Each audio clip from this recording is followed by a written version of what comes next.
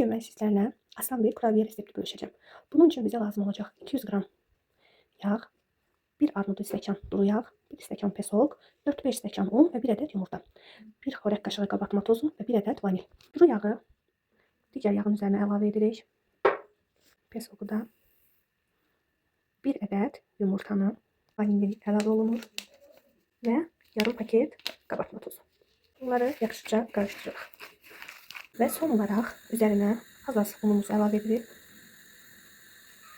Ve bunun hamısını birdən əlavə etmək olmaz. Xəmir çox bərk olmamalıdır. Xəmirimiz hazırdır. Çox yumuşaq, çox qəşəng bir xəmir alınır.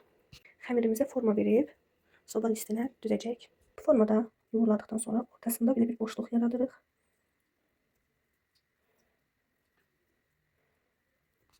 Və bu boşluqlara yumurtanın təkcə sarısını əlavə edirik.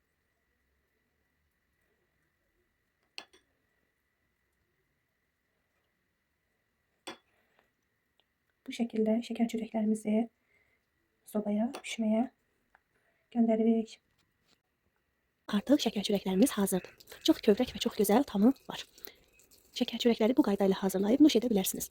Kanalıma abone olup videomuzu beğenmeyi unutmayın.